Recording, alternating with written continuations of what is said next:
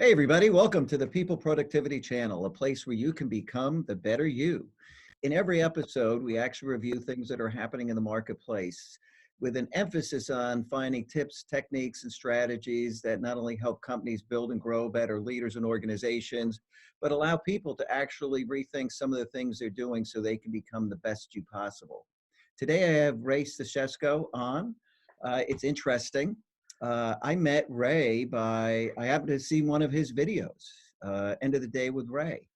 And I reached out to him because I thought it was really, really great the way he had just so crystallized how kind of the future threat to this print industry was just so real. And he was just trying to create this clarion call so that people would wake up and begin to see that, hey, something is happening here. We're going to have to pay attention to it. It's big and it's unfolding now right before our eyes. So, hey, Ray, why don't you quickly just introduce yourself to everybody and then we'll get into the interview.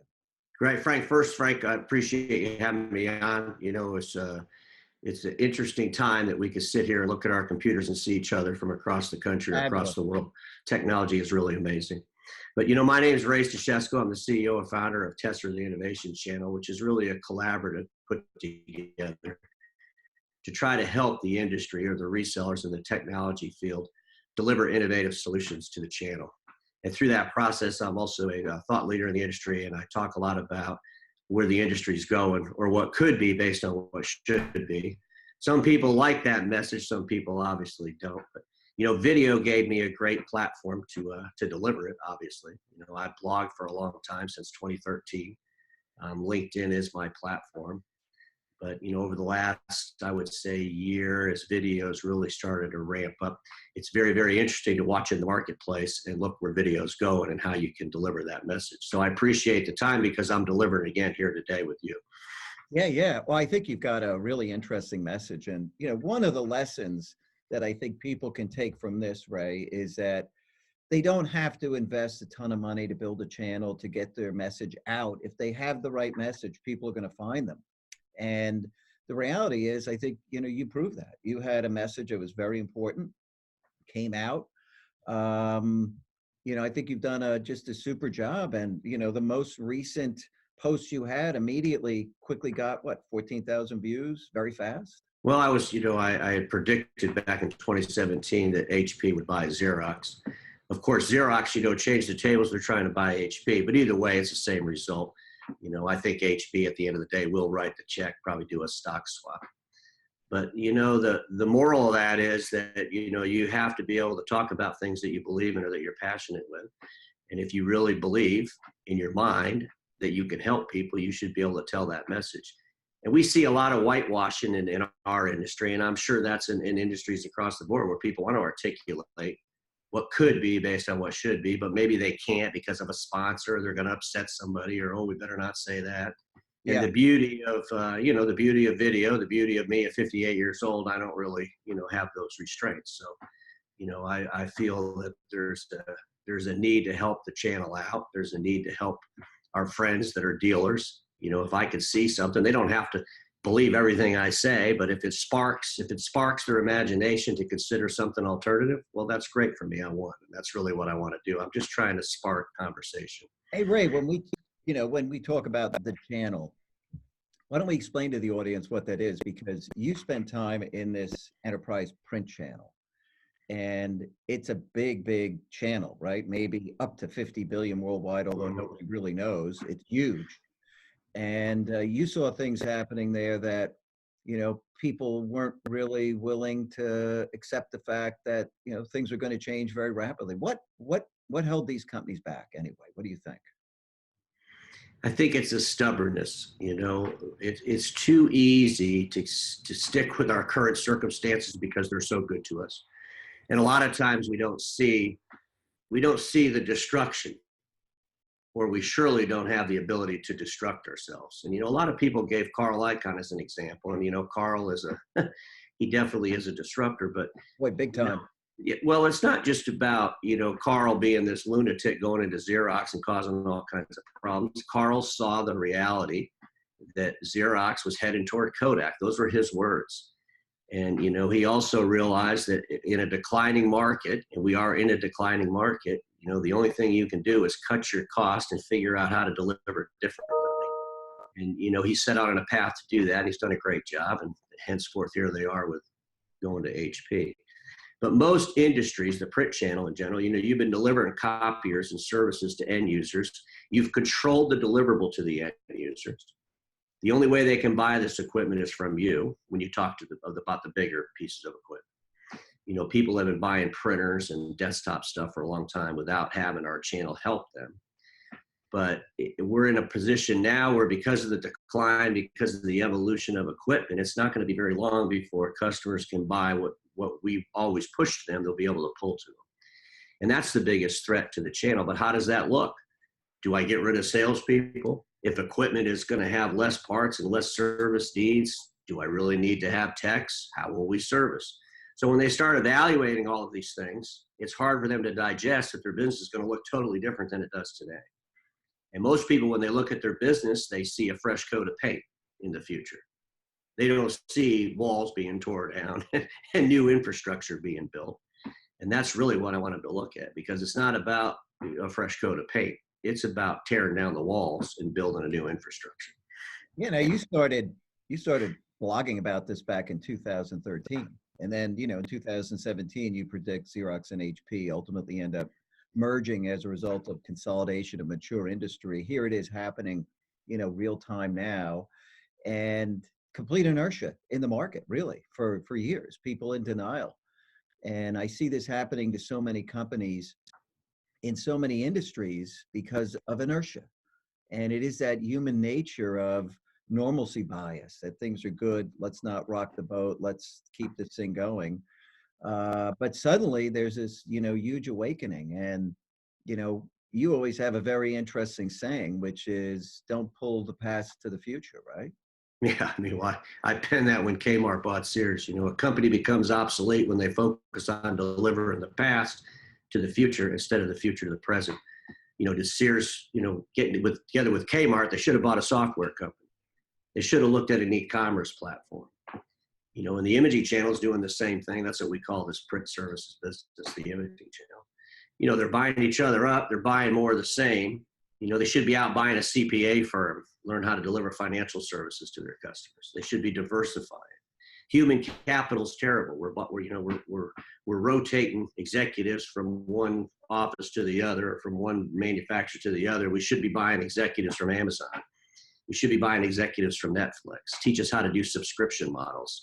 Teach us how to do e-commerce models. Some of these organizations are multi-$100-million organizations. They can afford this talent, but they're still looking where everybody else is looking.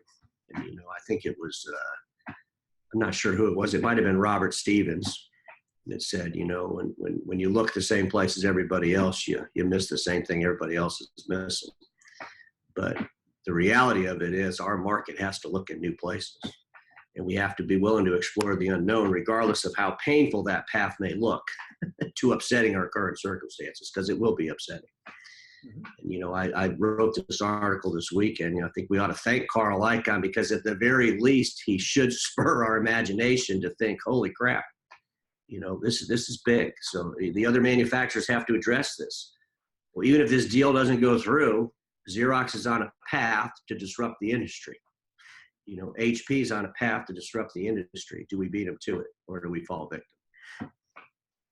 Yeah, that's, this is just in the digital era, we are going to see more and more and more disruption. This whole notion of agility, resilience, becoming digital enterprises.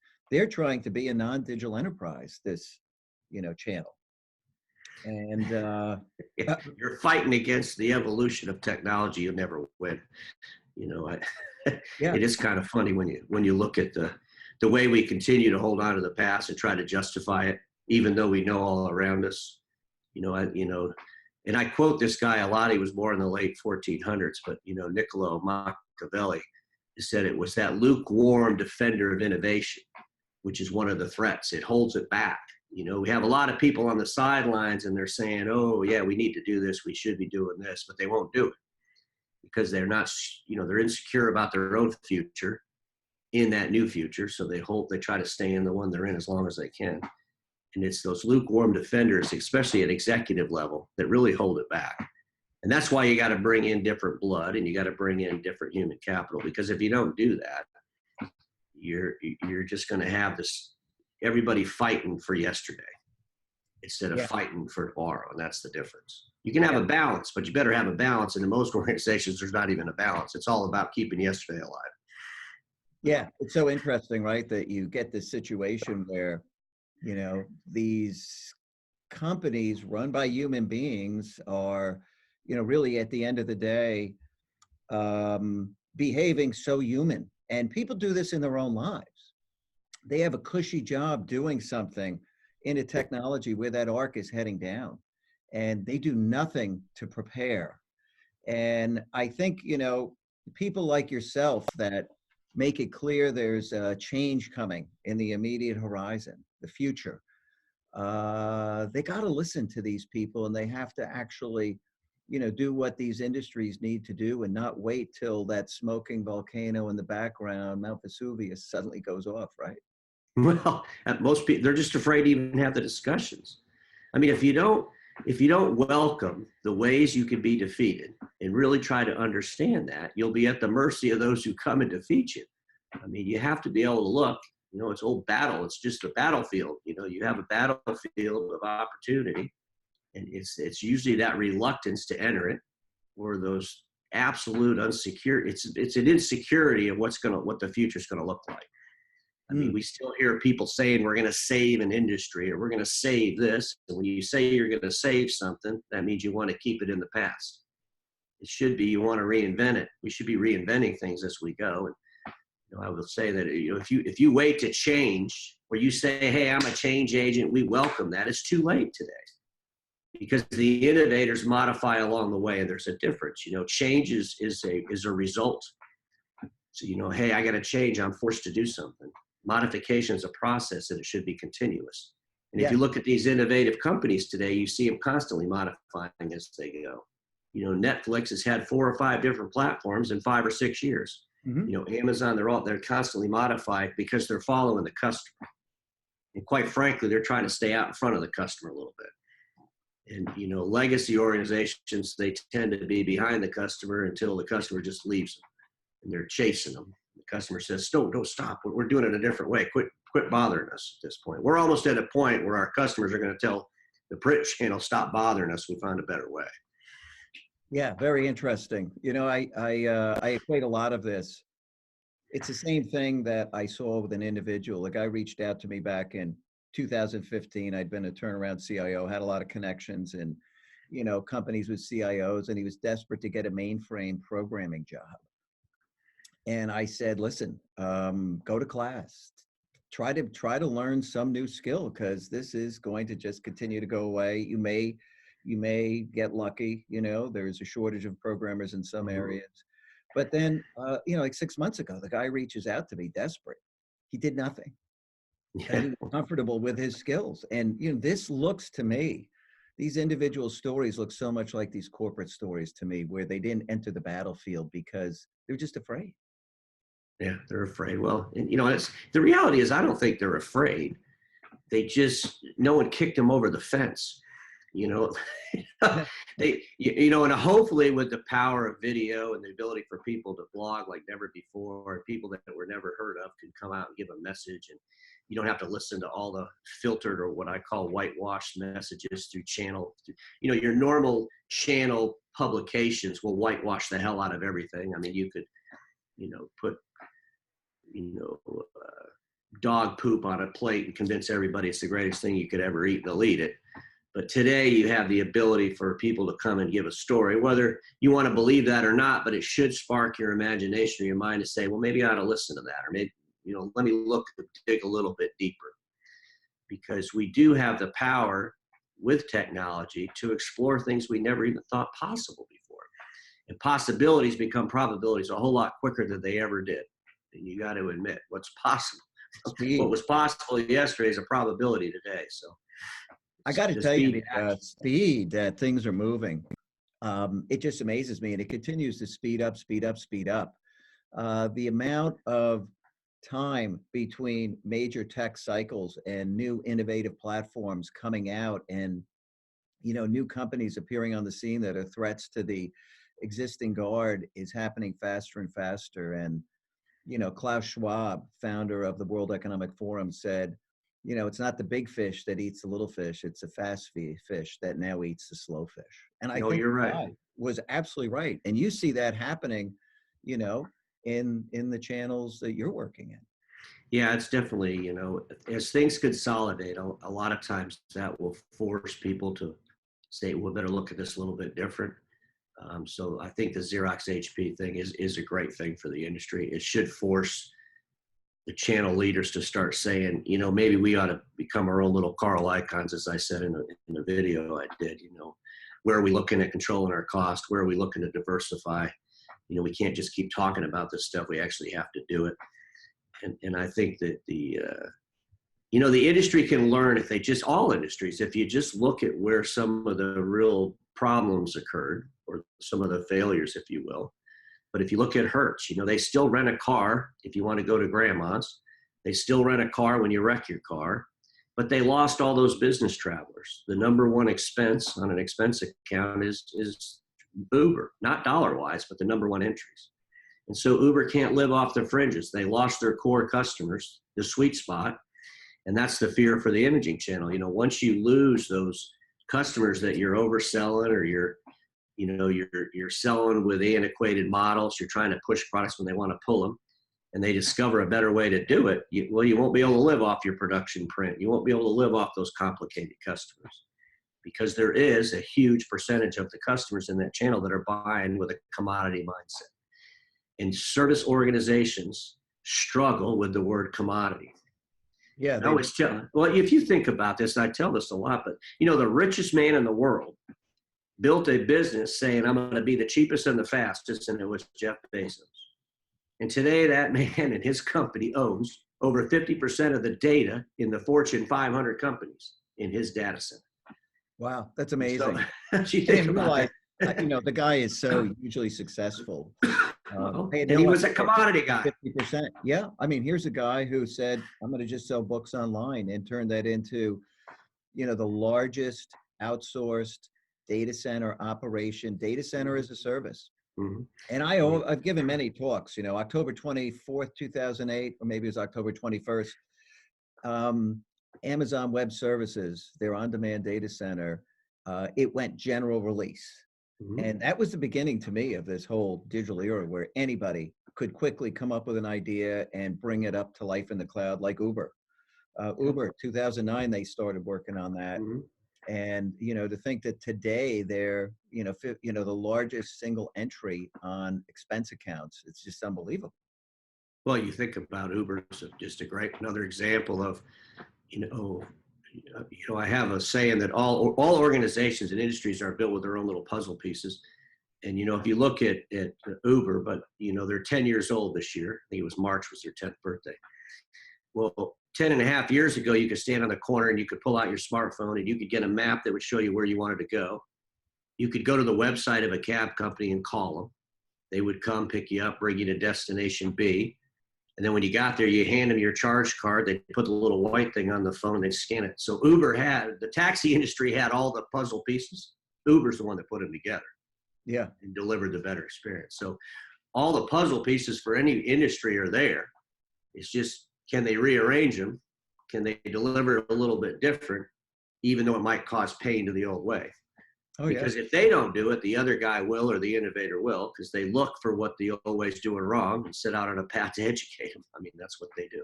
Yeah, and the other guy is going to do it. There's no question, because they don't have legacy thinking tied around what they're doing, and they don't have an embedded way of doing things. So they're going to come up with the literally faster, better, cheaper solution. And, where does that go in your channel, that whole print market, imaging? Well, they'll print as long as I'm alive, you're alive. It's not about the Paperless Society or the paperless argument was such a stupid distraction. And it caused people to focus on the fact that there's no way we can ever get rid of paper, even though paper's reduced dramatically. But they just can't comprehend that. But it's not about that. It's about the fact that this industry's made so much money every time you printed a sheet of paper or you copied a sheet of paper. That's how we got paid, that annuity. Yeah. And of course, when you print less and less and less, so we have to figure out, how do we make money? How do we get revenue and profit off the decline? Because we are going down the other side of the bell curve. So how do we make money? There's a way to make money there. But we have to open our minds up. We have to admit that we have commodity buyers, number one. And then we have to figure out, how do we sell to those commodity buyers? Instead of beating up sales reps, go sell value to someone that doesn't want you to sell them value. They want to print until they don't need to print anymore. Now, there is some that want value, but 80% of them don't care. They want, if they could buy that thing online, have it show up and never have to have service, they would love life. Those days are coming. It would. And hey, honestly, I mean, it's not strategic. Let's face it. I mean, this is just a necessity that we have to have. You know, I was just so impressed that you got out there and became an industry voice, and you did it in a very, very simple way. And I think there's just great lessons here for people who have deep conviction about things, but they're unwilling to just do it. And, you know, what advice do you have for individuals who see things changing in their industry, maybe in their company, whatever the case may be in their lives, and they procrastinate and don't do anything? What do you recommend? I recommend that they get off their butt and do something, and just do it, as the sneaker people say. I mean, the reality of it is that quality people always have options. And sometimes people believe that their quality might be keeping their mouth shut. And I believe that it's not. I believe that if you think there's a better way, and you could be wrong, and I'm not right all the time, but if you think there's a better way and you're not willing to voice that better way, you're doing a disservice, because you never know where that'll lead. And if it leads you out the door because you have an insecure executive that's your leader, that's great news, because sooner or later you're going to find someone that's appreciates. Sooner or later you're going to find someone that understands we're in a world that's fast moving, and we need people, we need voices of change. We don't need yes men or whatever you want to call them. But most of the time people fear the unknown, and they're just afraid. Just do it. You know, just like with video, you know, you have all these rules, you know, don't do video and unless you have a green screen, and make sure it's professional, and make sure you got all, you know what, just take your iPhone and put the camera and just do it, because it's about the content. People don't care about all that noise and nonsense. They care about the content. And we're seeing more and more people get on video. We're seeing more and more people blog. And, you know, it's not about, don't listen to anybody's rules but your own, as long as you're ethical and moral and you're not doing things illegal. Yeah. You know, just do them. You know, you got a great world, and you have ability to give your message to the entire world. But don't fear the status quo because you're afraid that you're going to get evicted from it, because basically if you're the one that wants to challenge it and it won't get challenged, well, you probably want to get evicted from it. Yeah. That's a great way of positioning it too, because ultimately, you know, this is a time of change and disruption, and there's huge value in being able to see that change is coming and to prepare for it, because the alternative is ultimately that you're going to decline into oblivion, and you will be beaten by this army of people who can see the future and bring as you say, the future to the present, because that is the challenge. So, you know, the fact that, you know, you started blogging and then you got just used your, you know, iPhone as the platform to record your message and get it out there. I thought that was great. It was so simple. And, you know, I had gotten years ago bound up in the green screens and doing the whole thing. And yeah, it's a lot of overhead, and nobody cared. It's just complicated. We make things too complicated because it allows us to procrastinate. I don't have the right camera. Yeah. Just like I finally got one of those interactive boards where you can write on and stuff. I did a video last week with that. I still don't know how to use the thing, but I'm learning, but it's not going to keep me from using it. So even if I mess up, it doesn't really matter. You know, you'll get better as you go. But, you know, I strongly suggest anybody that has a voice and they want to, you know, share a message, that they get in front of a camera, because it is very, very simple to do it. And, you know, you can get people to look at you and pay attention to you. there's a wide world out there, and you never know where you might be discovered or who might be listening. Yeah. And at the end of the day, I think, I would say the overall message here for everybody who watches is, if you're in a company, help the company bring the future to the present. But seriously, this is about individuals. Look at your own life. Figure out, what is that future that you've got to bring to the present, no matter what it is. It could be, what you do for a living, could be the family, could be relationships, could be anything. Look at it. Where are things going? What do you need to personally change?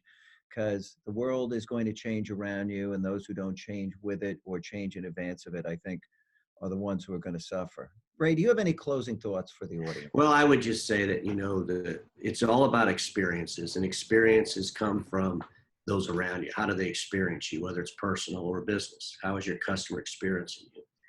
And it's not about relationships like it was in the 80s or 90s. Relationships are important, but experiences are trumping relationships, and then building new relationships, if you will. So great relationships are losing to those better experiences. And the only way you're going to understand the better experience is to pay attention to those around you and listen to where they're going, what they want, what their needs are. And I'll end as I always do, Frank. Status quo is the killer of all that'll be invented. Don't get stuck in status quo. And I really appreciate the time with you today. Yeah, thank you so much, buddy. Really appreciate the time you took to come on the channel. Thank you so much, and best of luck with everything. You take care. Well. All right, bye.